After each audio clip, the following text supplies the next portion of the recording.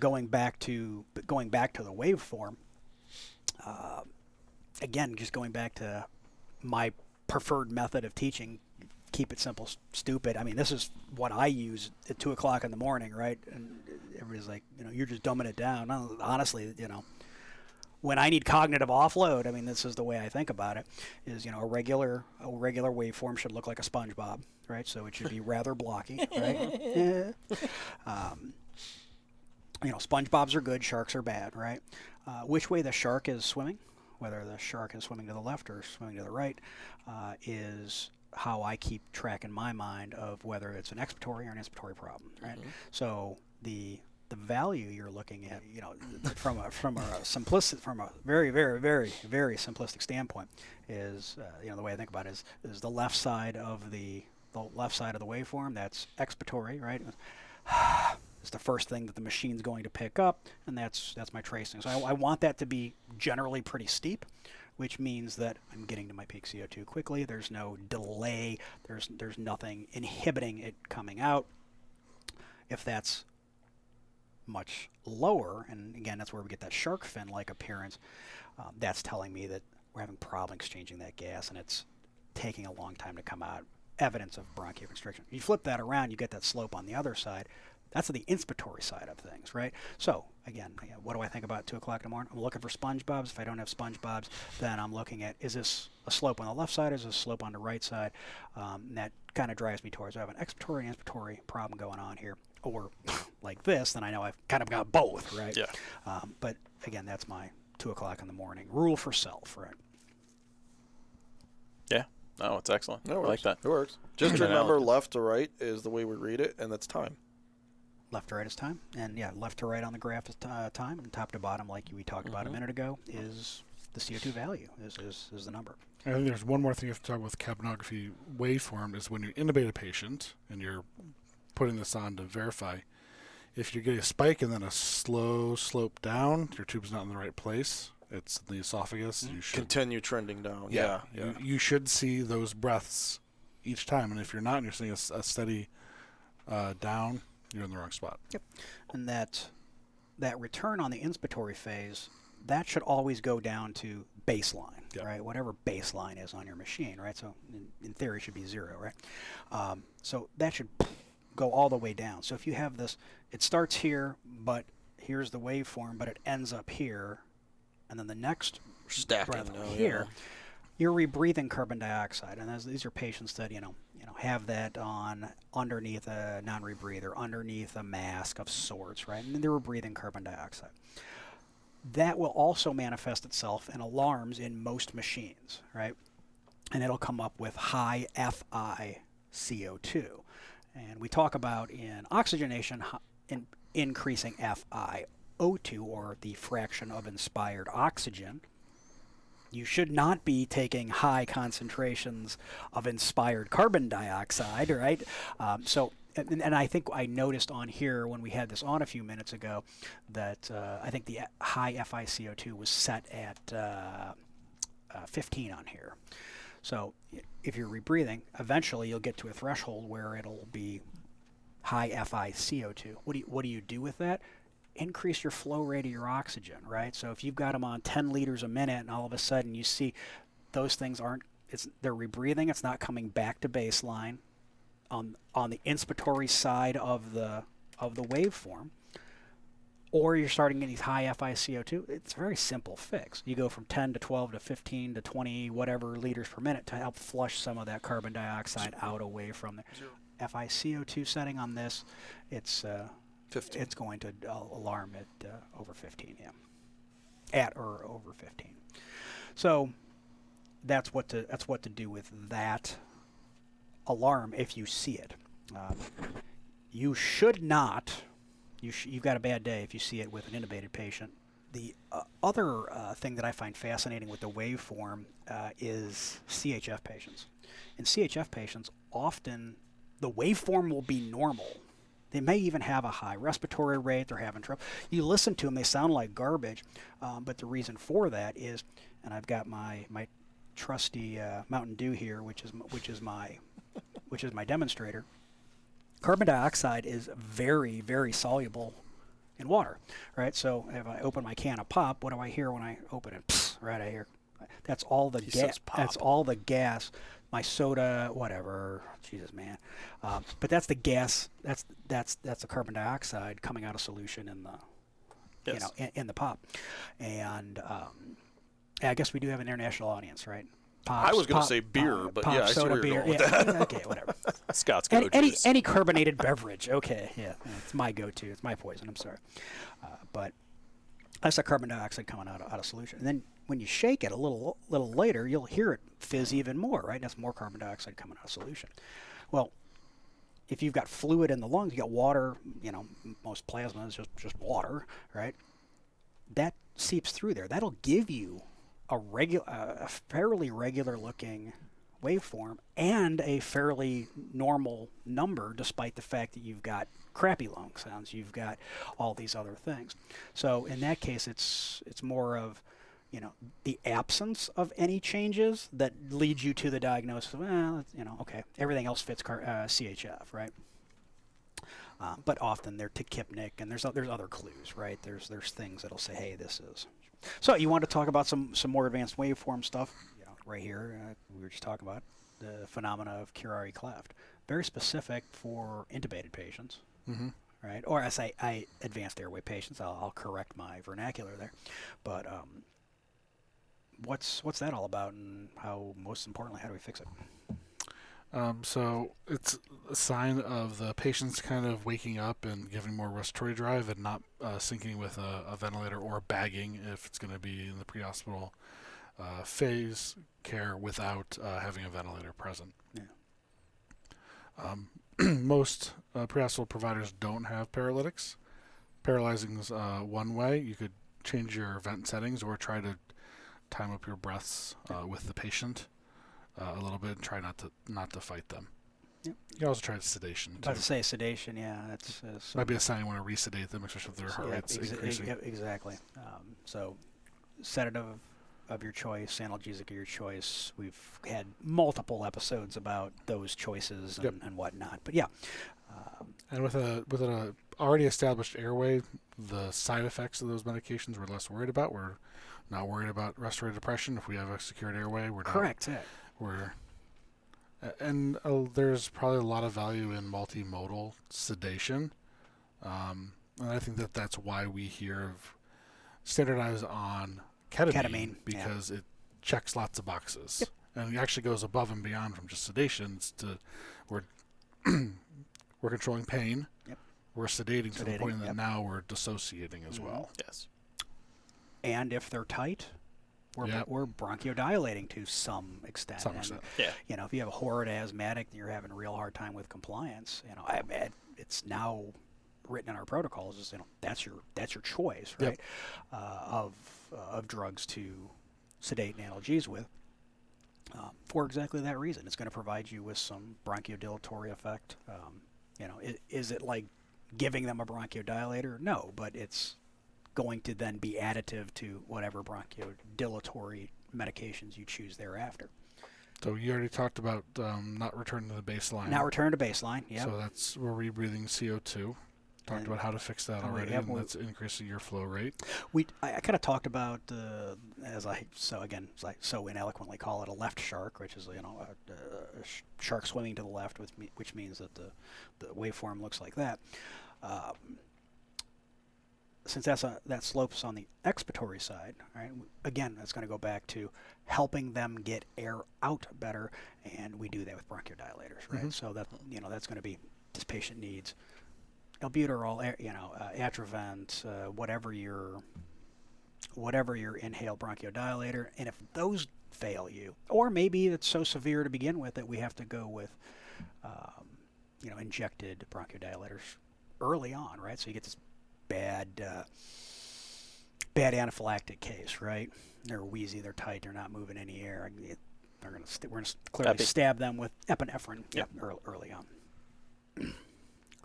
Then anything on that inspiratory side, that's going to be suctioning and clearing the airway and making sure tube position or their head, neck, positioning, body positioning or anything like that that's going to assure an open airway. Or if they're intubated, they might be biting the tube. Biting the tube, perfect example. The cardiac oscillations, admittedly, never seen it. Have you? No. No, I've not. So. I would suspect, and this is total guessing, probably more prominent on kids that are intubated. Neos or kids, Yep. yeah. I would imagine too, yeah.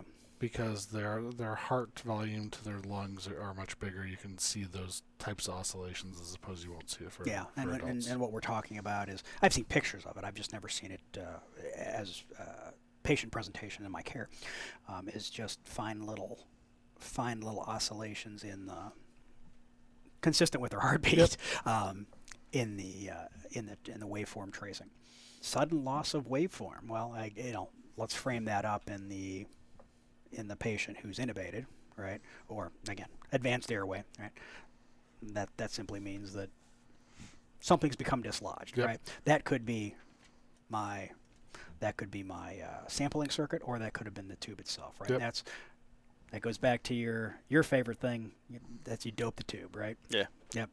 We're gonna look for dislodgement or obstruction, or we're gonna troubleshoot all of those things, right? Yeah. Plus, associated too. My first question would be is like, did we just move the patient, right? Because I remember we did a run review. I don't know, maybe like a couple years back, of a tube that came dislodged. Came out. Yeah, this is a great point. And the ER physician that was there was like, the squad was like, we intubated them, and everything changed when we moved them from the EMS cot over to the ER bed. Yep. It happened. The ER physician looked. We looked at the end tidal. We lost the waveform, and it was just from that move. No one did anything wrong in theory, and those tools were in place to catch it very quickly.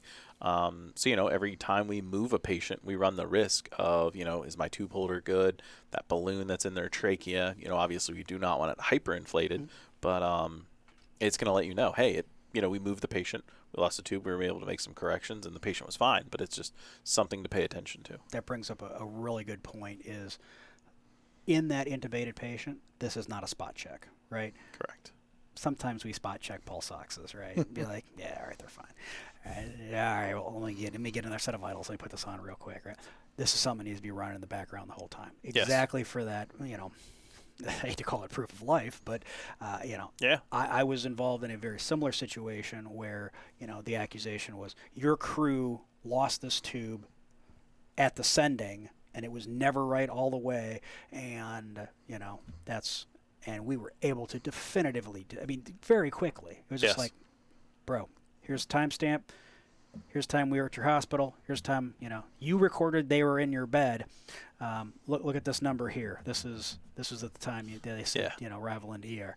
So I can't make up this 38 number. I can't make up this waveform. No. Right? So I just did that this year with a case that I reviewed, that there was a concern for it, and I was able to pull the monitor recording and say, nope, here's your waveform, here's your number. This is respiratory rate based upon your End Tidal CO2. This was heart rate. This is... And that's why we have it for sedation, right? Yep. So ketamine, I've used it for that in the past. Yep. I had to filter one of those. Your squad brought somebody in and they weren't breathing. Really? Okay. So I literally opened the monitor import. False. I opened the monitor import and I see it and I'm like, not accurate. Yeah. And they're like, what do you mean? I was like, the End Tidal was 37, 38. This is the respiratory rate the entire time. Pretty cut and dry, and then back to your intubation point is we recently intubated someone with our air track. So the video camera, you pass the tube as soon as the tube's through the cord, touch the screen. So now I have an image of the tube in the trachea, and then I also have my entire waveform for the transport. So it's like, this is what we did. This is how we monitor it. Now it's handoff to you. So it's like a lot of those tools, I don't think a lot of providers think about it. Like, that's our defense. Yep, right? That's our definitive, like, we did this, we were successful, and then here is more proof for it. Another reason that monitor's got to go with you into the hospital. Oh, yes. I mean, if you're standing, there's wall time, and you're like, oh, I'm not going to stand on the wall with an intubated patient. That's horseshit. I've stood on the wall with an intubated patient before. Yep, bagging them. Oh, yeah. I would argue they're stable. Airways intact, you're ventilating them? That was it. I mean, and in that particular case, there was all kinds of things going on, and they kept, I'm going to get you to bed in a second. Okay. I'm good. This patient's hemodynamically stable, and it was an isolated respiratory case. I think it was pneumonia. I think it was respiratory failure secondary to pneumonia, and there was nothing else left to do. Again, they'd had fluid and everything. We're good. We can stay here for a minute. Let that patient that's just leaving a trail of blood down the hallway go take care of them. We're fine. You know, I was not at all upset about it. I wasn't bitching about it. But again, that whole time we could just you could watch that. Everything's hunky dory. Sudden loss of waveform on a spontaneously breathing patient, of course, means that they've stopped breathing, or we've lost connection, in some way, shape, or form. Or, again, going back to same dope principle that we use with the tube, you use it just. Or if it's a nasal cannula, they pulled it down because they were taking a sip of chewing water. on it. Yep. Yeah, Oh, yeah. right. They're It's on their forehead. They take it off. Trying to light a cigarette. Truth. Suddenly decreasing CO2. Again, we're going to go back to the things we talked about earlier in the show, right? Is all right. In Scott's mind, metabolism, perfusion, ventilation. I just go through it again. Rule in, rule out causes. So if you're gradually decreasing your end tidal, maybe could be a few things. Maybe you are decreasing your cardiac output and the patient's not doing so well. Yep. Maybe you're bagging him too fast and you're just bagging him down too much. We need to adjust how fast we're bagging. I think that we're just generally not good at, unless I'm really concentrating on my breaths and breathing with the patient, we typically are going to not good at it. We're going to overbag patients. We're bad about estimating time during codes. We're bad about estimating how often we should be breathing for somebody. If you're not sure if you did breathe for them and you're getting everything set up, just take an extra breath for them. And then when you get all your monitoring in place and you have a number to reference off of, that's what you get. And conversely, if you're having specifically if you have an advanced airway, and that CO2 is rising, you need to bag faster, right? Yep. And bring that back down. And I'll caution everyone out there that if you have a respiratory patient and they're on their way to full respiratory arrest, or you've decided to take their airway, it's going to be very hard for someone who's tachypnic to have you match that tachypnea. If you're watching your patients and they're breathing 30 times a minute, I try everything not to intubate them, because on a ventilator or even with bagging a patient, you cannot match that volume and that rate mechanically, externally. That the patient can only do that internally. So the guidance is try to support their internal drive for respirations as much as you possibly can. CPAP's going to definitely be your friend. Yep. Not vasodilators, bronchodilators. Throw them at them. If they need epi, that's great. If they need mag, whatever they need to help continue that internal drive, because those are the respiratory patients that you don't want to take their airway. And that's actually something that Kyle Snars and I talked a lot about on, let's try to support these patients as much as we can and not take their airway, because, and I had one recently that I could not match. We decided to take his airway after a long discussion with the ICU docs, and we're like, fine, we'll take his airway. I had a very hard time getting his oxygenation back up to what it was before I took his airway, because he was just moving so much air and breathing so quickly. I could not match that. That was almost exact same situation that I was in. Taking gigantic 1,200 ml breaths, because we walked in on them obtunded on BiPAP, but big 1,100, 1,200 mil breaths, with a rate of 30, right, and just hard to match that. And at one point, from a rate and a volume standpoint, I was just crushing a BVM, and I had a brand new EMT. I'm like, you never do this. Don't. This is typically what we teach not to do. This is exactly what not to do. This is just a very, very, I'm responding to the unique set of circumstances of the patient. But that's the point that we talked about with our last podcast, is being adaptable, right? Yeah. That the normal stuff's not working. How can I think outside the box to fix this? Yeah. I might be going against some guidelines and some rules, but if it's what that patient needs, what they need, that's what the patient needs. All of the QA that surround, and there was a ton, right? I mean, because it started with a missed intubation, and then it went into a whole thing.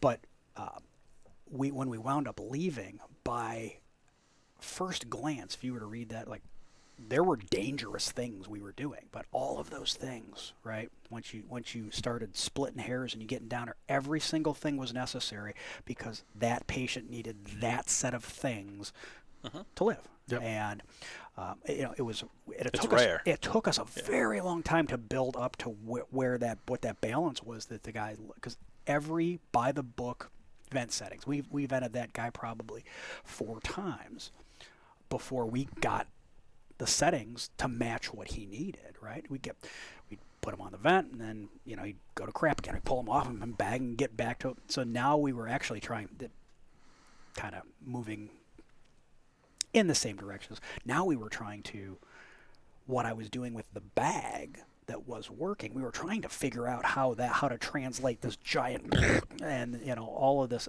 high FiO2 and all these other things that we were doing, this high PEEP, how to translate that into the machine for that particular transport. But I digress. I guess I'll just restate what you already have said is, patients with metabolic disturbances, metabolic acidosis specifically, and I think the one we're going to see in the field most often is DKA, right? Yep. These patients taking very fast, very deep breaths. Because that's their only immediate way to compensate for their metabolic derangements. They've got this changing their respiration. Yeah, we've got all this metabolic acid here, and we're trying to compensate with all of this, respiratory alkalosis over here, right? So that combination of things, of that high heart rate or that high respiratory rate, but that low CO2 is because they're breathing so fast and they're trying to make themselves respiratorily, on the respiratory side, alkalotic to compensate for that metabolic acidosis. But that goes back to your point. That's probably not the guy you want to try to take their airway. Right? There are things that can cause artifact in a capnogram, but they're really few and far between. And basically, it comes down to people messing with especially the non-intubated patients messing with the sampling, tonguing at it or biting at it, or it's on their forehead or wherever it's not supposed to be. So the only thing I want to talk about is a special circumstance that it's come up a lot with me again with cardiac arrest. We talked about watching that number during cardiac arrest. It's a good indication of what perfusion is. Typically, we're expecting it tens, say 10 to 20 would be typical, maybe a little bit into the low 20s. If you have good CPR, a lot of that's going to be with Lucas device. Quick change in that up to the 30s, I'd expect them to have ROSC. But if you put on, and I said this earlier before, if it's a high number and you can't bag it down and you're there, if you have a high number and it's not bagging down, I would just transport that patient. Because when you call med control, to us, we're thinking that patient's metabolically alive. Salvageable. There's something to salvage there. Yeah. Bring them to me so I can figure this out. So I can run by tests, so I can evaluate, put hands and eyes on the patient and kind of figure out what's going on. Absolutely. And that's what that means to us during cardiac arrest. That if it's a high number during cardiac arrest, metabolically they're alive. Maybe you, because of body habitus or nerves or your own adrenaline or whatever, you can't palpate a pulse. They might actually have a pulse underneath there that you just can't recognize. Some subtle. Yep, bring them to me. I have ultrasound. I have more tools. I have more ways to evaluate the patient that they might need more care. It could be fine VFib. Who knows? Just bring them to me. And that's going to be the default when you call med control. And that's why part of it is talking about what your end tidal is. Because high end tidal says just bring them to me. Yep. In that same vein, there should be some understanding that some transient spikes is to be expected in specifically, as we've talked about in previous episodes, with the use of sodium bicarbonate, right? Because we are taking acid, that bicarbonate is taking acid, this is high school chemistry, right? And we're turning it into water and CO2. Carbon dioxide. And it turns out, we've got some sort of advanced airway, and that's going to be the output pipe, and you will see that spike up. Then it should trend down. And I think you were telling a story recently where you gave guys some bicarb, and then it stayed up, and then it stayed up, and it stayed up, and it stayed up. You're like, got ROSC. Yeah. So there's other things happening here, right? But that's how to interpret those things. Yep, and I mean, understanding respiratory, understanding how respiratory affects pH, and how that ties into end tidal is complicated. a lot of students have issues with understanding that relationship. So it just takes a lot of time to study and understand, and the way that I have internalized it may not work for somebody else. So I might explain the way I do it, but go out there and try to understand as best as you can, and understand that the end tidal is it's often inversely related to most things. Yeah, so that 7.35 to 7.45, 35 to 45, if you strip away the, the 7, the 7 point, right, is inverse, right? So if you have a CO2 that is trending up, that means that you're heading down Your lower. pH is Your pH is decreasing. You're becoming more acidotic. Conversely, you have a CO2 that's lowering, that is raising, thus they're alkalotic. So, but yeah, that's I do like to draw that out. 7.35, and I kind of circle the 3.5, and then, 35. I'm like, oh look, this is They're inversely related. Inversely related. Yep, absolutely. Yep. Much more on capnography, guys. I don't think so. I think we had a lot of the good points. did, It's Howard. cool to also display the new LifePack 35 here. Oh, here we go. with some, waveform.